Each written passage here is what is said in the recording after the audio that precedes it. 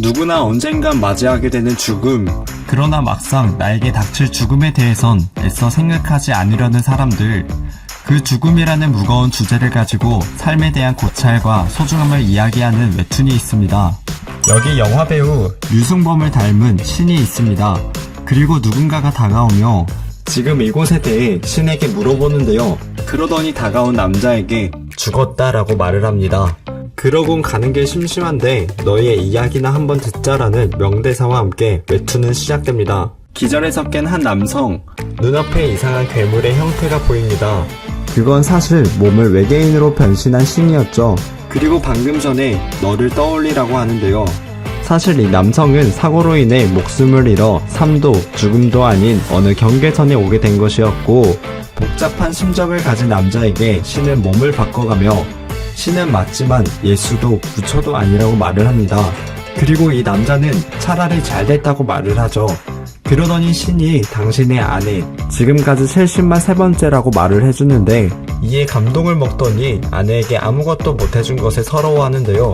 그러더니 의문의 말과 함께 구급차 안에서 눈을 뜨게 됩니다. 그리고 울고 있는 아내가 눈앞에 있었고 아프지 않냐라는 아내의 말에 아무데도 아프지 않다고 말하며 1편이 끝나게 됩니다. 이번 1화를 댓글과 모든 정황을 참고했을 때 이 남자는 교통사고를 당해 저승에 오게 되었고 종교를 가지고 살았다고 하며 죽기 직전까지 아내에게 아무것도 해주지 못했다고 후회하고 있었죠. 그런 그에게 신은 완전히 텅 빈 세상을 보여주며 무라는 건 이 정도야 아무것도 라고 말을 합니다. 그 뒤 남자는 깨어난 남편을 보고 아내가 울며 괜찮냐고 묻자 남편은 아무것도 아니야 아무것도 라 말하게 됩니다. 물질적으로는 아무것도 해준 게 없지만 서로에게 진정으로 사랑을 줬으니 그것만으로도 충분하다는 것이고, 아내가 안심하는 모습을 보니 자신이 교통사고로 겪은 고통쯤은 아무것도 아니라는 의미를 가졌습니다. 여기 한 가정집안에 연쇄살인마가 등장하게 됩니다. 그렇게 잔인하게 살해당한 기억을 갖고 저승에 찾아오게 되는데 4789라는 의문의 숫자가 보이는데요. 그러고는 자신의 아내는 어떻게 되었는지 신에게 물어보지만 당신이 죽은 다음 그놈의 타겟이 되었다고 합니다. 자신과 아내의 처절한 죽음에 대해서 대수롭지 않게 말을 하는 신이었죠. 자신의 죽음도 죽음이지만 자신의 아내가 살인마에게 당한 수모를 생각하며 피눈물까지 흘리게 되죠. 그렇게 저승에서 힘든 시간을 보내고 있었습니다.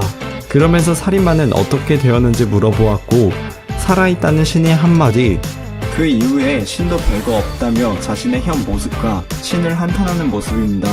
그런 모습을 보며 신은 공감해 주었고 이곳에서 마음껏 화내고 분풀이하도록 했죠. 그리고 남자가 한 가지 신에게 물어봅니다. 본인을 이 지경으로 만든 남자가 죽으면 지옥으로 가는지 묻게 되는데 신은 지옥은 없다고 하며 죄를 뉘우치고 참회하게 만든다고 합니다. 그리고 신은 칼에 찔릴 때의 느낌을 묻고 남자는 너무 고통스러워서 목을 매는 게 나을 것 같다고 대답하죠. 잠시 뒤 4789를 크게 부르는 소리가 들리자 신은 때가 왔네 라며 여기서 느낀 걸 까먹지 말라는 말과 함께 그를 원래 세상으로 보내주게 되는데요. 그러더니 갑자기 눈물을 흘리며 어디론가 끌려가더니 사형수 4789는 사형을 당하게 됩니다. 사실 4789는 죄수번호였고 죄를 뉘우치게 하기 위해 신이 그를 잠시 저승으로 데려와 희생자의 기억을 심어줬던 것이었죠. 이후 진심으로 참회하여 눈물을 흘린 뒤 교수형으로 처형됩니다. 그런 살인마는 참회하지 않을 거라던 그의 뒷모습을 되짚어보면 집행인들이 너 같은 놈도 눈물을 흘리냐고 말하는 것도 꽤나 인상 깊었습니다. 여기 저승으로 오게 된 한 남성 윤씨, 그런 그에게 신이 다가왔고 여기가 어디라고 말을 안 해도 알겠지 너는? 이라는 질문에 대충 알고 있다는 대답을 합니다. 그리고 한숨을 쉬는데요. 그런 모습을 본 신은 그럴 때가 아니라며 너를 심판할 거라고 말하죠. 윤 씨는 살면서 당하고 살았으면 살았지 죄 지은 적은 없다며 어이없어 하지만 신은 아랑곳하지 않고 리볼버를 꺼내며 윤 씨에게 총알은 뒷주머니에 있으니 달라고 합니다. 윤 씨가 꺼낸 총알은 2개였고 각각의 총알에는 17이라는 숫자가 적혀 있었죠. 윤 씨와는 달리 그의 아내는 저승에 온 후 쭉 걱정과 근심이 담긴 한숨을 쉬었다는 말을 해주고 그가 남에게 입힌 피해만큼 고통스러울 거라며 총을 쏘게 됩니다. 윤 씨는 고통에 몸서리치고 신은 자비 없이 총알 한 발을 더 쏘면서 이 고통을 기억하라는 말을 남기죠.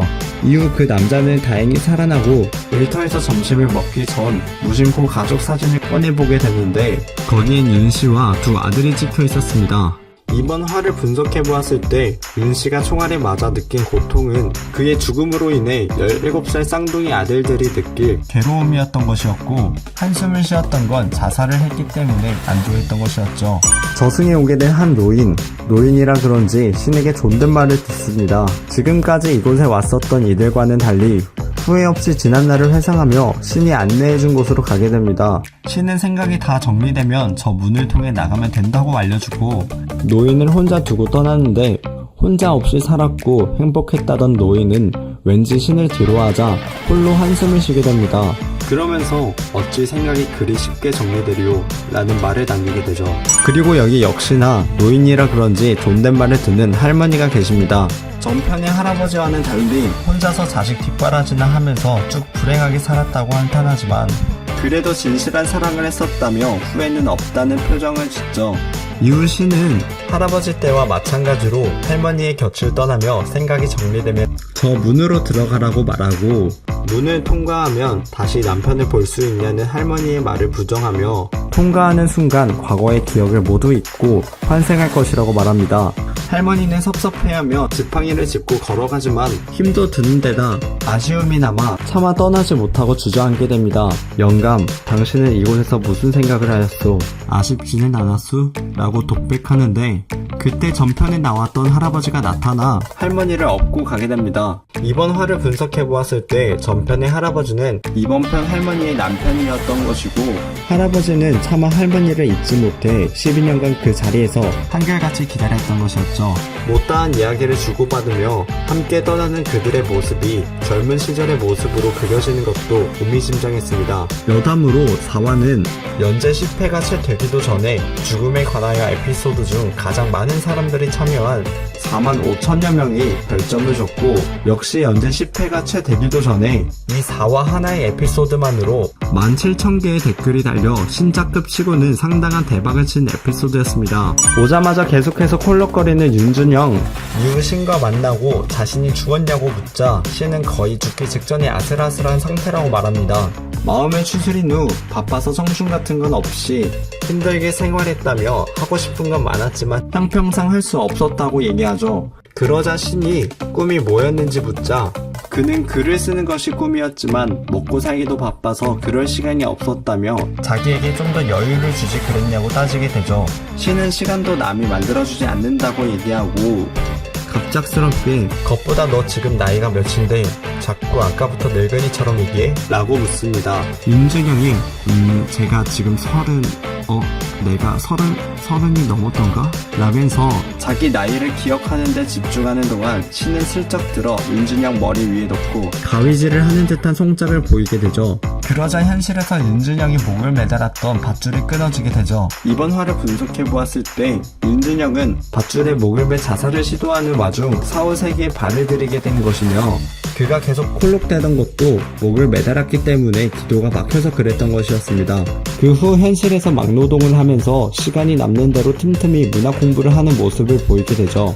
절친한 친구들과 함께 에베레스트 등정을 하는 도중 크레바스에 빠져 팔의 뼈가 살 밖으로 튀어나오는 큰 부상을 입게 됩니다. 친구들은 기상 상황이 안 좋은데 세르파도 고용하지 않는 자신들을 탓하면서 민혁을 버릴 수 없다고 버티지만 민혁은 여기서 이러고 있으면 안 된다고 냉정하게 자신을 버리고 가야 한다고 고함을 지르게 되죠. 일단 생각을 좀 해보자면 모두가 고요해지고 민혁은 자기도 모르게 잠에 빠져들게 됩니다. 잠에서 깨어난 뒤 친구들이 모두 떠났다는 사실에 안도하면서도 한편으로는 에베레스트 정상을 밟고 싶은 욕망과 살고 싶은 욕망에 아쉬움을 감추지 못합니다. 그때 마침 기적적으로 한 세피르가 그를 구해내게 되는데 그렇게 민혁을 구출한 세르파, 그를 치료해준 뒤 함께 정상을 향하게 됩니다. 때마침 날씨도 잘 풀리면서 훨씬 수월하게 등정할 수 있었죠. 산을 오르면서 그는 민혁에게 산을 오르게 된 계기를 묻게 되는데, 민혁은 친구들과 15년 동안 지내다 보니 취미도 취향도 비슷해졌고 어느 날 TV에서 에베레스트 등산에 대해 알게 되어 언젠간 꼭 한번 같이 해보자는 약속한 결과 오게 되었다고 답하죠. 친구들과 함께 올라가지 못하게 된 것에 아쉬워하는 민혁에게 리버독은 곧 만날 수 있을 테니 걱정하지 말라고 격려해주게 되죠. 결국 그들은 정상을 밟는 데 성공하고 리버독은 민혁의 친구들이 와 있는 것을 발견하여 민혁에게 알려주게 됩니다. 민혁을 친구들에게 보내면서 리버독은 담배 한 대를 물고 민혁과 친구들은 서로가 살아있다는 것과 모두 목표를 이루었다는 것을 진심으로 기뻐하며 서로를 껴안게 되는데, 그 순간 저승의 물 사이로 함께 사라져버립니다.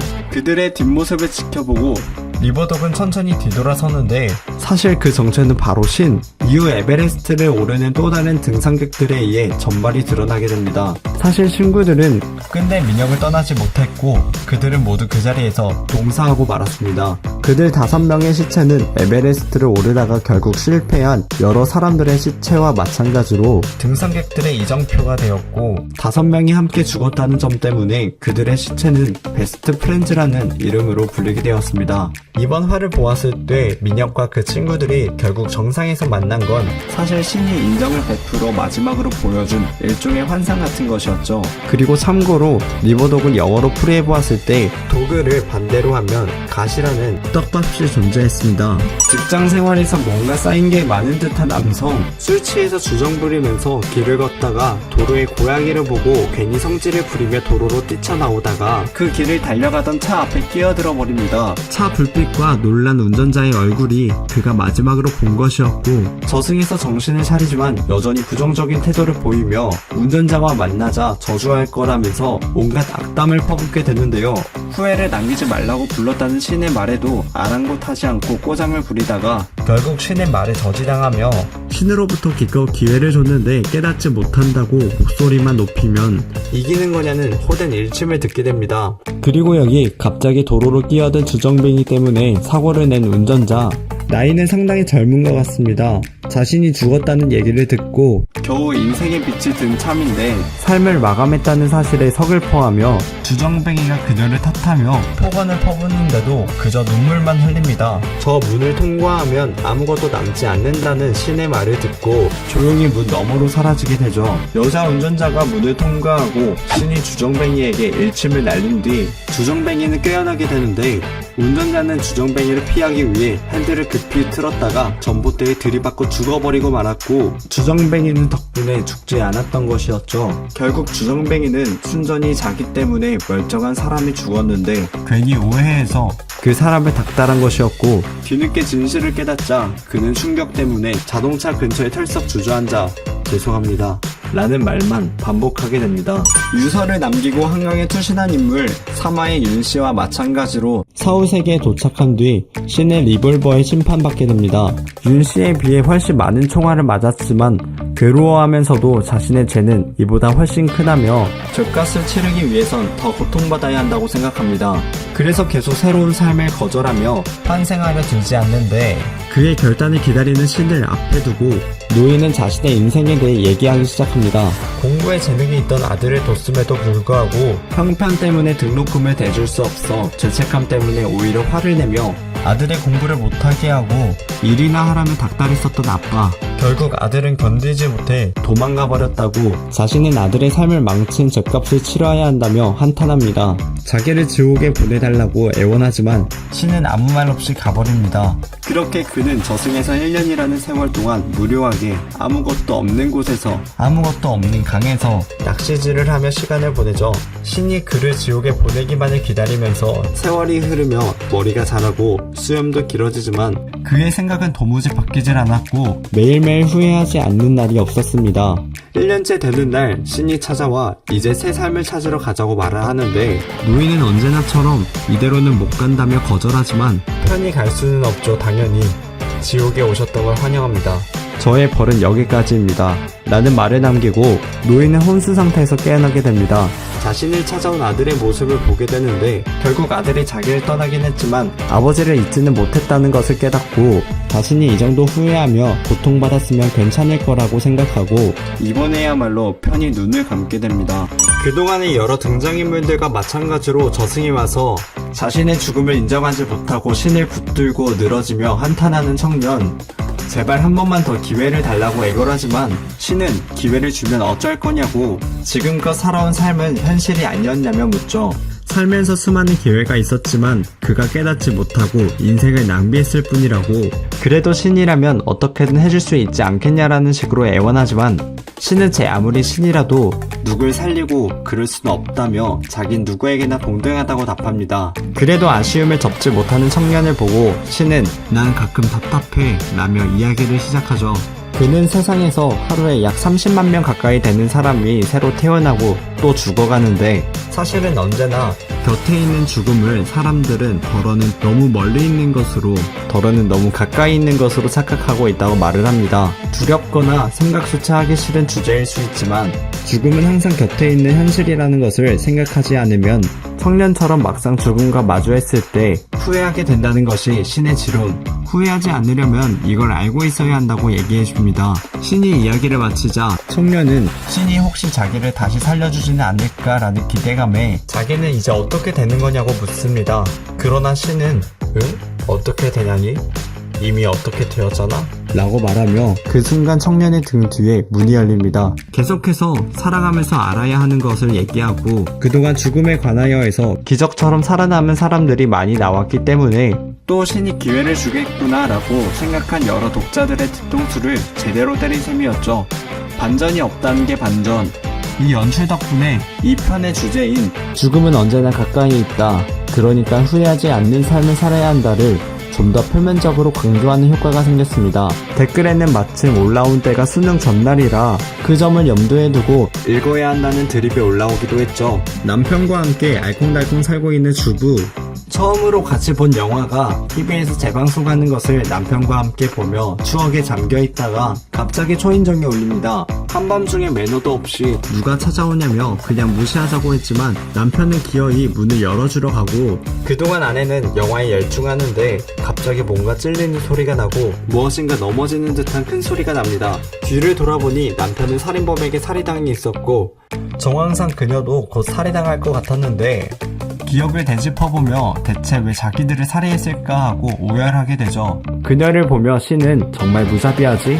라고 무덤덤하게 얘기하던 신은 곧 분위기를 싹 바꿔 정신 차려봐 나 기억 안 나? 한 번으론 부족하지 라고 말을 합니다. 그리고 아내는 4789로 바뀌게 되죠. 이화에서 남편과 아내를 살해했던 4789에게 가해진 두 번째 벌이었던 것이었습니다. 사형 집행 전이었던 이화 때는 남편의 기억을 사형당해 저승해온 10화에서도 아내의 기억을 가지고 자신의 살인을 체험한 것이었고 그의 입장에서도 지옥이나 사형보다 더 큰 처벌을 받은 것이었습니다. 신이 담배를 피면서 누군가를 기다리는 모습으로 시작합니다. 그리고 누군가가 신에게 말을 걸어오고 신이 그와 대화를 나누면서 신의 권한을 이렇게 맘대로 줘도 되냐는 등의 대화를 하며 누군가가 이제 가도 아쉽지 않냐고 물어보자 신은 아쉽지 않다고 말하면서 환생의 문으로 향하게 됩니다. 즉 신이 기다리던 누군가는 진짜 신이고 여태까지 나온 신은 사실 신의 힘을 빌린 사망자였다는 것. 환생하기 전에 화면 밖을 바라보면서 즐거웠습니다 라고 말을 하며 엔딩을 맞이하게 되죠.